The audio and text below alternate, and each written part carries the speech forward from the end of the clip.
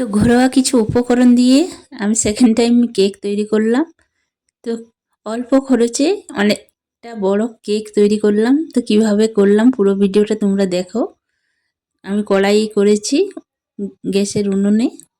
তো কিভাবে করলাম ওরা সবাই পুরো ভিডিওটা দেখো। নমস্কার সবাইকে, কেমন আছো সবাই? আশা করি সবাই ভালো আছো। পাপিয়া আঁকির নতুন ব্লগ ভিডিওতে স্বাগত। তো আমি প্রথমে কি করলাম, বালিটা ধুয়ে গরম হতে দিয়েছি। বালিতে অনেক নোংরা থাকে, 2-4 বার করে ধুয়ে তারপরে আমি শুকনো হতে দিয়েছি কড়াই গরম করে। ভালো করে নেড়েচে শুকনো করে নিয়েছি। এবার হাই হিট করার জন্য আমি ঢাকা দিয়ে অল্প আঁচ করে রেখে দেব। এবার ব্যাটারটা আমি তৈরি করব। চলো কিভাবে করছি পুরো ভিডিওটা তোমরা দেখো, তাহলেই বুঝতে পারবে কি কি দিয়ে করলাম। তো মিক্সির জার নিয়েছি আর 1 প্যাকেট সুজি নিয়েছি, হাফ সুজি দিয়ে দেব। আমি একটা কাপ নিয়েছি, কাপের মাপেই করব। তো আমি এত পারদর্শী নই কেক বানানো। প্রথম সেকেন্ড টাইম একটা ছোটো কেক আমার ছেলের বার্থডেতে করেছিলাম, আর এই সেকেন্ড টাইম কেক বানালাম। তো ঘরোয়া কিছু উপকরণ দিয়ে কেক বানালাম, বাড়তি কিছু জিনিস কেনাকাটা হয়নি। তো ঘরোয়া কিছু জিনিস দিয়ে করছি, আর খেতে কিন্তু দুর্দান্ত হয়েছিল। তোমরা একবার বানাবে আর খাবে। হাফ কাপ সুজি নিয়েছি আর হাফ কাপ আমি এখানে চিনি নিলাম। মিষ্টিটা কম বেশি তোমরা নিজেদের মতন করে নেবে, কিন্তু এই মাপটা একদম পারফেক্ট মাপ হয়েছিল। বেশি মিষ্টিও না আর বেশি কমও না, একদম পারফেক্ট কেকের যেরকম হওয়া, খুব বেশি হয়ে গেলেও ভালো লাগে না, একদম পারফেক্ট মাপ হয়েছিল। তো মিক্সি জারে আমি ভালো করে মিহি করে গুঁড়ো করে নিলাম।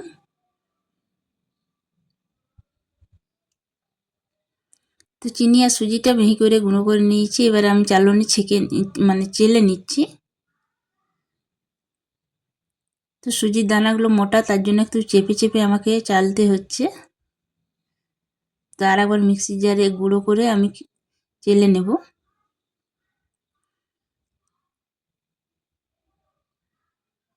তো এই দেখো চালানো হয়ে গেছে, এখানে রেখে দিয়েছি।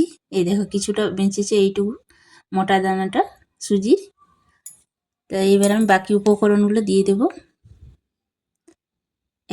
একটু বড়ই করব, তার জন্য 1 কাপ ময়দা নিলাম।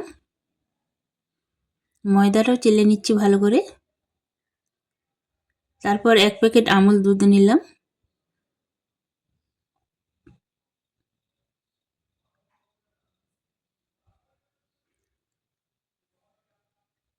তো অল্প একটু কফি পাউডার দিচ্ছি, বেশি না, অল্প একটু দিচ্ছি কালারের জন্য। কোকো পাউডার তো নেই, ঘরোয়া জিনিস দিয়েই বানাবো। তো কফি পাউডারটা দিলে একটু কালারটা ভালো আসবে, সেই জন্য দিলাম। তো ঘরোয়া কিছু জিনিস দিয়ে যে এরকম সুন্দর কেক হয়, সত্যি ধারণার বাইরে। আর শীতকালে তো কেক খেতে তো সবারই ভালো লাগবে। আর কিনে কতই খাবে, কত টাকা হলে একটা কেক আসবে, সেটাও আবার এই অল্প অল্প ভাগে পাওয়া যাবে। আর হাফ কাপ তেল নিয়ে নিয়েছিলাম। আর এই দেখো আমি দুধটা একটু ঘন করে রেখেছি, ওই দুধটা দিয়ে ব্যাটারটা তৈরি করব, গরুর দুধ। তো অল্প অল্প দিয়ে আমি ব্যাটারটা তৈরি করব, একসাথে দুধটা ঢেলে দেব না। সব মিশ্রণগুলো একসাথে দিয়ে দিচ্ছি।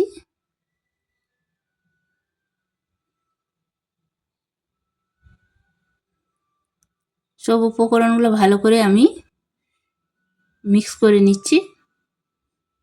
তো অল্প অল্প দুধ দিয়ে আমি করছি, একসাথে দিইনি কিন্তু, অল্প অল্প দিচ্ছি। আর ব্যাটারটা তৈরি করছি, একসাথে দিলে ঠিকঠাক হবে কি না সেই জন্য।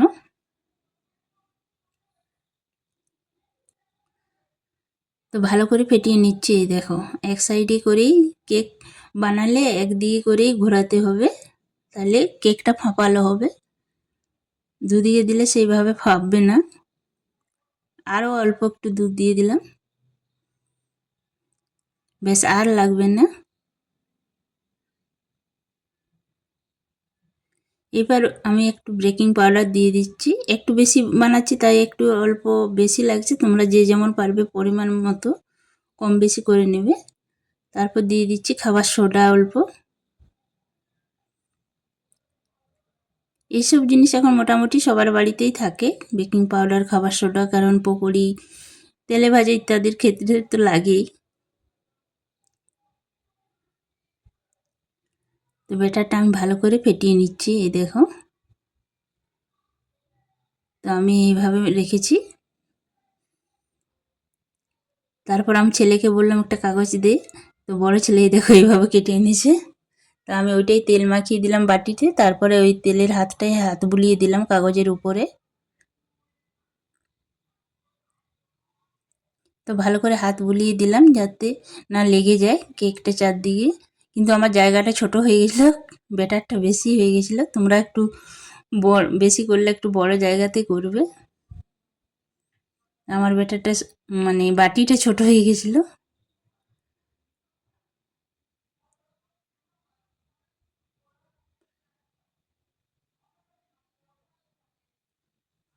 তো এইভাবে আমি ঢেলে নিচ্ছি ব্যাটারটা বাটিতে।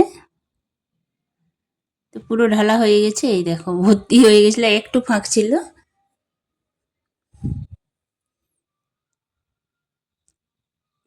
তো কড়াই আমি গরম হতে দিয়ে দিয়েছি, হাই হিট হয়ে গেছে। এবার আমি দিয়ে দিচ্ছি।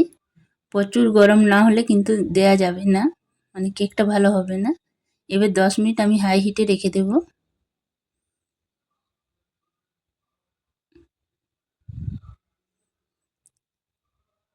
এরপর একটা ঢাকনা দিয়ে ঢেকে রেখে দিলাম 10 মিনিটের মতন।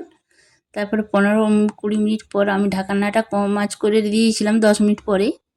তারপরে খুলে দিয়েছি, একটু কাজু কিশমিশ দিয়ে দেবো উপরে, তাহলে দেখতে ভালো লাগবে। প্রথমে দিলে তো ঢুকে যেত, সেই জন্য দিইনি। এখনও অনেকটা 50% হয়েছে, আর 50% এখনও বাকি আছে। তো এই কেকটা তৈরি করতে আমার মোটামুটি 40 মিনিট মতন লেগেছে। কাজু কিশমিশ দিয়ে একটু সাজিয়ে দিলাম।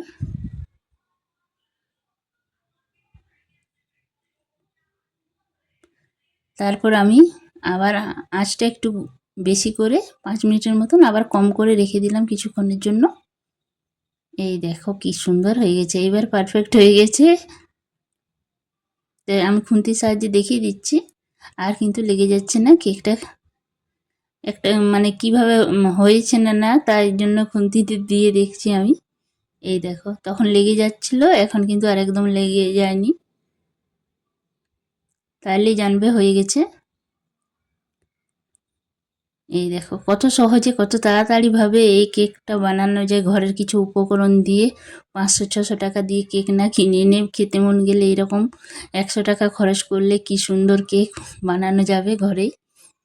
আর পরিমাণ মতন বেশিও খাবে সবাই।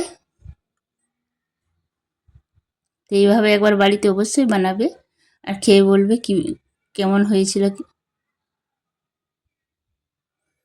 দেখো আমার জায়গাটা একটু ছোট হয়েছে বলে একটু আরও ফাঁপতো, তো সেই জন্য একটু কম জায়গা পেয়েছে। কিন্তু নরম তুলতুলে হয়েছে। এই দেখো চিপছি তো একদম, মানে চিপে চিপে দেখছি একদম উঠে যাচ্ছে কেকটা। তো একটু ছুরির সাহায্যে আমি সাইডটা কেটে নিলাম। এবার ঢেলে নেব একটা থালাতে। তো এই দেখো পুরো কেকটা উঠে গেছে। এবার আমি একটু কেটে দেখাই। এবার খাওয়ার তাড়াতাড়ি মানে অনেকটা দেরি হয়ে গেছে বলে খাবে, এবারে ঠান্ডা হওয়া তো ওয়েট করছিলাম। তো এই দেখো আমি ভেঙেও দেখাচ্ছি কত স্পঞ্জি হয়েছে। এই দেখো একদম নরম তুলতুলে কেক হয়েছে, খেতেও দুর্দান্ত, আর চিনির মাপটা একদম পারফেক্ট ছিল। আর যেহেতু গরুর দুধটা মানে ক্ষীরের মতন হয়ে গেছিলো, একটু ঘন করেছিলাম, আমুল দুধ সুজি সব কিছু একদম খুব সুন্দর হয়েছিল। তোমরা একবার বানাবে। ভিডিওটা ভালো লাগলে অবশ্যই একটা লাইক করো, কমেন্ট করো, আর সাবস্ক্রাইব করো। দেখা হবে নতুন একটা ভিডিওতে। সবাই ভালো থেকো, সুস্থ থেকো।